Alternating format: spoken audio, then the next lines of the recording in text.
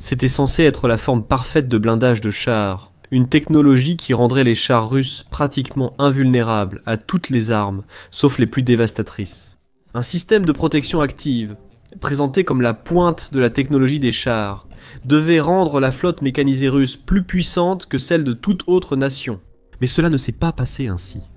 Après 30 ans de recherche sur un blindage invincible, les chars russes trouvent enfin un adversaire à leur mesure. Ironiquement, ils échouent face à des drones jetables, coûtant bien moins qu'un obus. Ce blindage s'appelle Arena M, et la Russie s'attendait à ce qu'il change tout. L'Arena M existe, sous une forme ou une autre, depuis des décennies, mais il est revenu sur le devant de la scène ces dernières années, avec la guerre en Ukraine. Et bien trop souvent, les commentateurs occidentaux se retrouvaient à rapporter les soi-disant dernières et meilleures avancées de ce système de blindage. Celles-ci devaient, soi-disant, empêcher les armes anti-chars ukrainiennes d'arrêter les forces mécanisées russes. Prenez l'article de David Hambling sur l'Arena M pour Forbes, écrit en août 2024.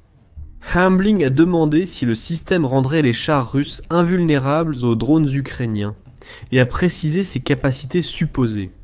La Russie a commencé à équiper la plupart de ses nouveaux chars T-90M du système de protection active Arena M, ce qui semble presque excessif. Le T-90M a déjà un blindage mêlant métal, céramique et composite, selon Hambling.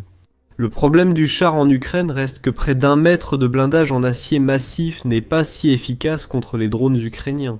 Cette attaque venant d'en haut, Arena M est censé tout changer.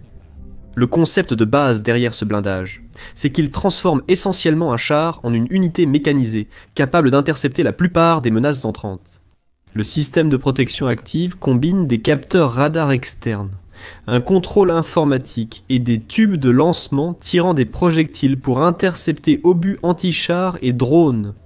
Selon Forbes, le système serait capable de suivre et d'engager toute menace, se déplaçant à une vitesse comprise entre 150 et 1500 miles par heure. Son radar est aussi conçu pour éliminer les fausses cibles, comme les oiseaux, et les petits projectiles incapables d'endommager un char.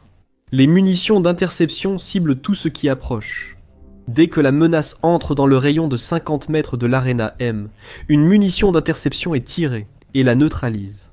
Ça semble ingénieux. Et si ça fonctionnait, ça le serait. La Russie essaie de développer ce blindage depuis l'époque soviétique. Elle veut utiliser l'Arena M pour protéger ses chars sur 270 à 360 degrés. En 2025, de nouvelles rumeurs ont émergé sur le système et la manière dont la Russie l'appliquait. En février de cette année, les premières images de T-90M russes, équipés d'un nouveau blindage révolutionnaire, ont commencé à circuler. Ces images ne provenaient pas d'un showroom en Russie. Elles semblent venir d'Ukraine. Cela indique que l'Arena M était achevée et déployée par la Russie pour contrer les menaces ukrainiennes contre ses chars. Un mois plus tard, Militani a signalé une vidéo russe montrant l'Arena M en action. La séquence soigneusement mise en scène semble montrer le char interceptant une grenade anti-char volant parallèlement au sol, ainsi qu'un missile d'un certain type. Dans l'hémisphère nord, la Russie essayait de faire passer un message. Peu importe les armes utilisées par l'Ukraine, l'Arena M peut les intercepter. Militani a indiqué que si les vidéos reflétaient vraiment les capacités de l'Arena M, ce système russe serait peut-être assez avancé pour intercepter les missiles anti-chars Javelin ukrainiens. Cependant, il a également précisé que le missile aérien que l'Arena M détruit dans la vidéo est en phase d'approche, sous un angle doux. Un Javelin adopte une trajectoire bien plus directe, donc le système n'a pas encore fait ses preuves. La Russie continuait à présenter l'Arena M comme une grande avancée pour la défense des chars. En août, Army Recognition a indiqué que la Russie équipait ses T-72 et nouveaux T-90M de l'Arena M. Outlook indique que ces travaux auraient débuté en octobre de l'année précédente. Il indique que le système Arena M peut être installé a posteriori sur les chars soviétiques que la Russie utilise davantage dans la guerre en Ukraine. Tout cela est une très mauvaise nouvelle pour l'Ukraine, non ? Un système de blindage capable de neutraliser les armes qu'utilise l'Ukraine pour détruire les chars russes ouvrirait la voie à des assauts mécanisés plus réussis menés par la Russie. Mais si c'est le cas, la question doit être posée. Pourquoi ne voyons-nous pas les chars russes écraser l'Ukraine maintenant qu'ils sont équipés de l'Arena M ? La réponse est tout simplement que l'Arena M est loin d'être ce que la Russie prétend, et cela ne vient pas de sources occidentales. Un analyste militaire russe a dévoilé la réalité du système de protection active de son pays. Des décennies d'efforts pour rendre l'Arena M viable ont abouti à un système inefficace face à la principale menace pour les chars russes en Ukraine. Le blog Drones Defense indique que l'analyste Viktor Mourakovsky a présenté une analyse technique de l'Arena M, montrant qu'il n'est pas adapté à l'usage recherché par la Russie en Ukraine. Le média souligne que la version la plus récente du système était censée élargir la gamme de cibles de l'Arena M pour inclure les petits véhicules aériens sans pilote et les drones vus à la première personne, que l'Ukraine utilise pour détruire par milliers les chars russes. Cependant, l'Arena M échoue à cette tâche à cause de graves défaillances de ses radars. Le système radar, qui est installé tout autour d'un char équipé de l'Arena M, est incapable de détecter et de classer les petites cibles à faible visibilité, affirme Mourakovsky. Cela inclut les drones fabriqués en matériaux transparents, aux ondes radio, comme le plastique, qui composent une grande part des drones ukrainiens. Pire encore, selon l'analyste, l'Arena M ne distingue pas les petits objets aériens du fouillis au sol à courte distance. Selon le rapport de Hambling pour Forbes, les intercepteurs tirés par le char sont limités à 50 mètres. Cette faible portée réduit fortement les chances de survie d'un char équipé de l'Arena M face à un drone. L'analyste souligne que le problème vient de la technologie utilisée pour concevoir le radar.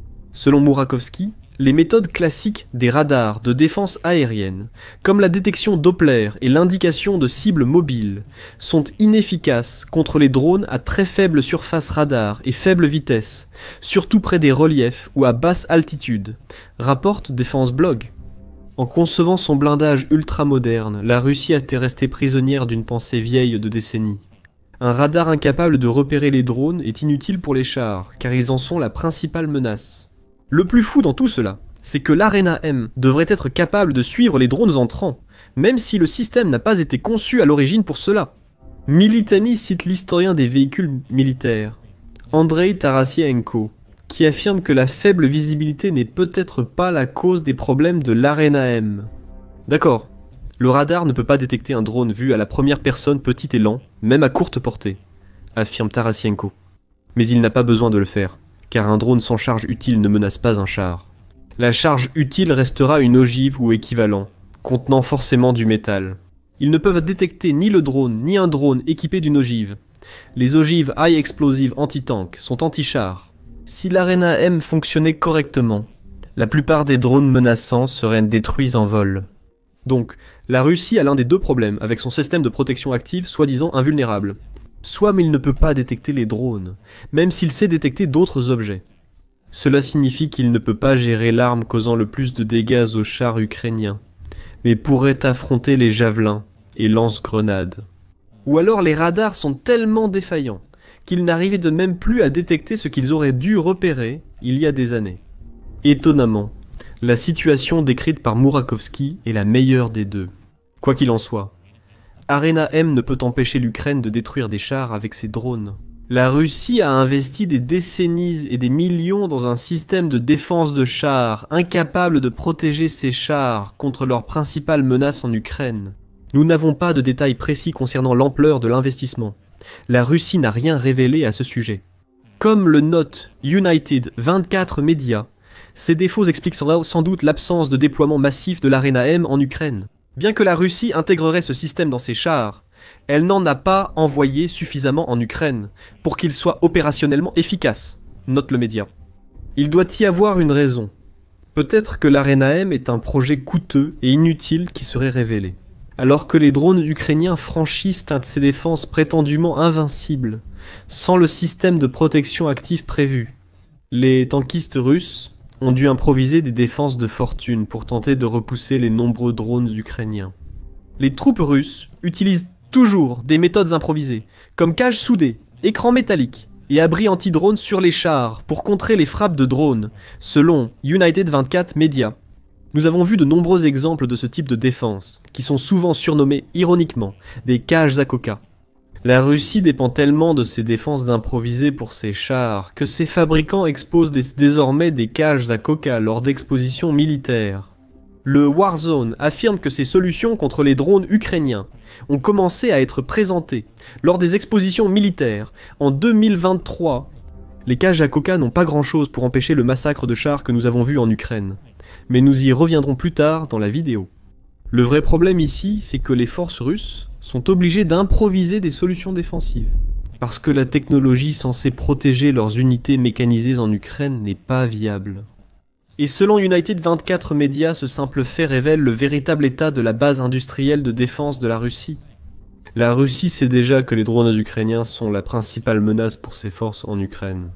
Selon Army Technology, ces drones étaient des responsables de jusqu'à 80% des pertes de la guerre en Ukraine en avril. Malgré la connaissance de la technologie à contrer, la base industrielle de défense russe ne trouve pas de solution. Des systèmes fiables et automatisés anti-drones n'existent toujours pas, malgré les investissements russes dans des technologies comme l'Arena M, alors que les drones continuent de progresser. Alors, combien les entreprises russes dépensent-elles pour la technologie anti-drone? Selon Banque Nationale d'Espagne Intellinews, le montant était d'environ 500 millions de dollars en 2024. La Russie se classe deuxième après les États-Unis en dépenses.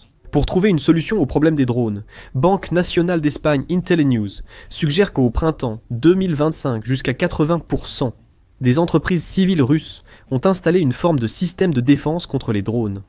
La même source affirme que le marché russe de l'antidrone connaîtra une croissance de 23% par an entre 2025 et 2030 et vaudra environ 15 milliards de dollars à la fin de ces 5 années.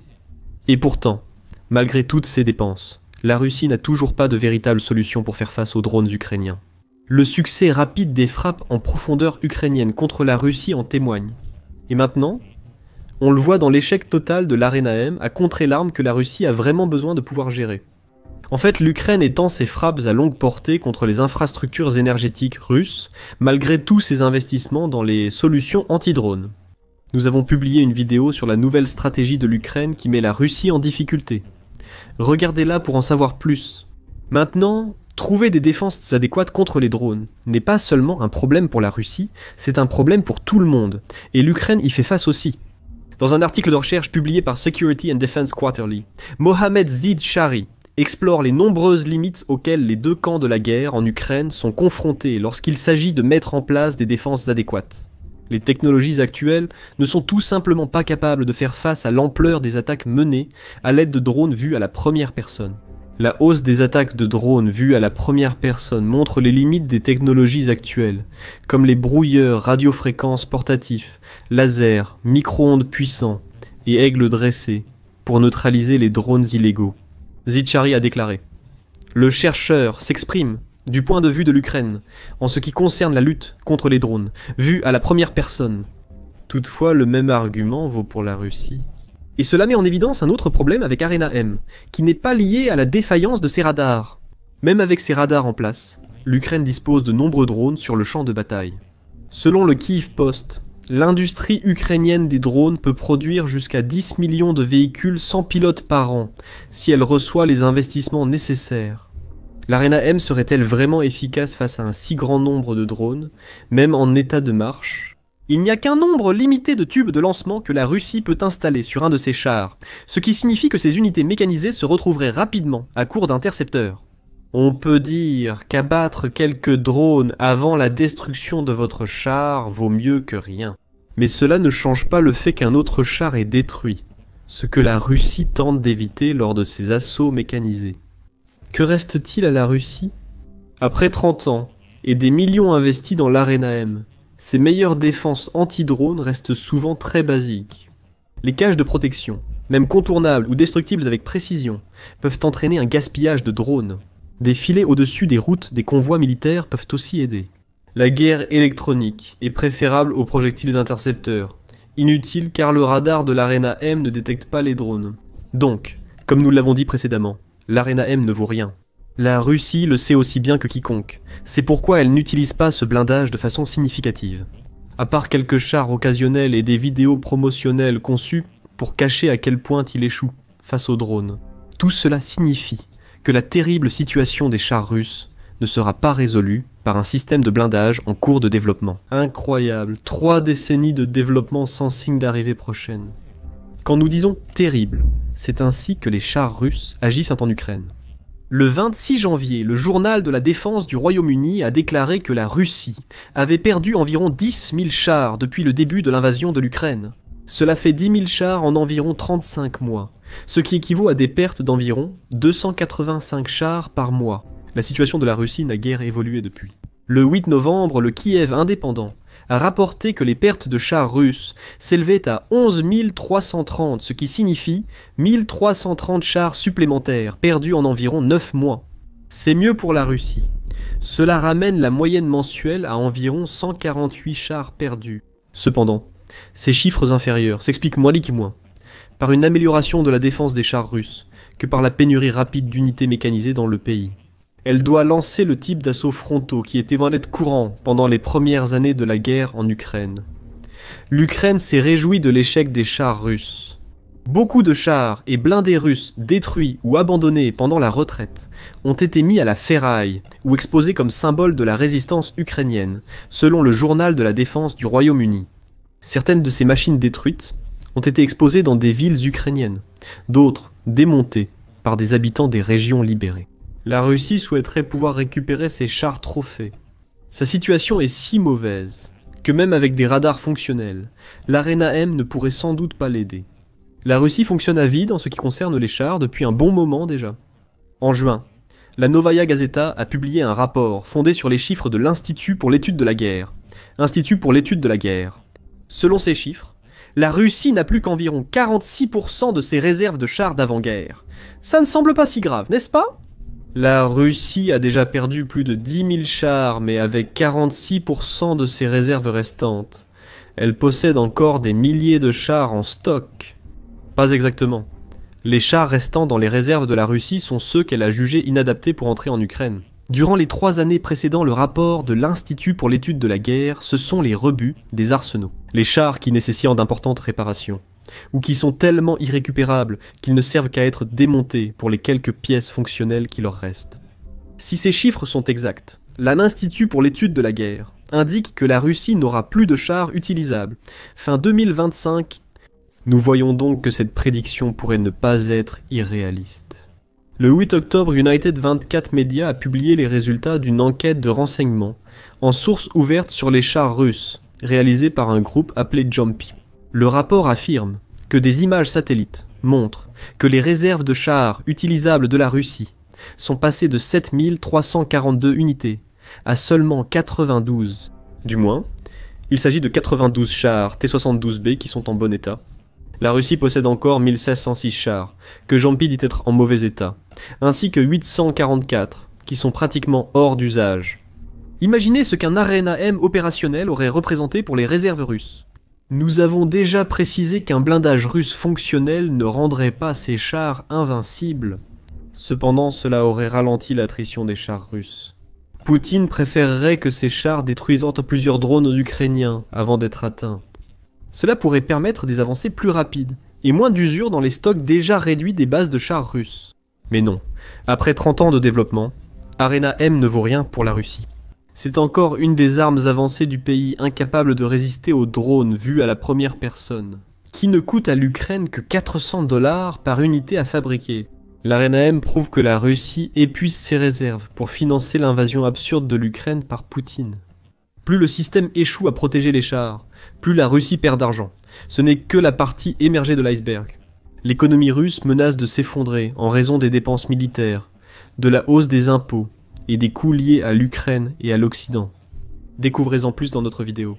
N'oubliez pas de vous abonner à The Military Show pour d'autres reportages sur les récents échecs technologiques militaires russes.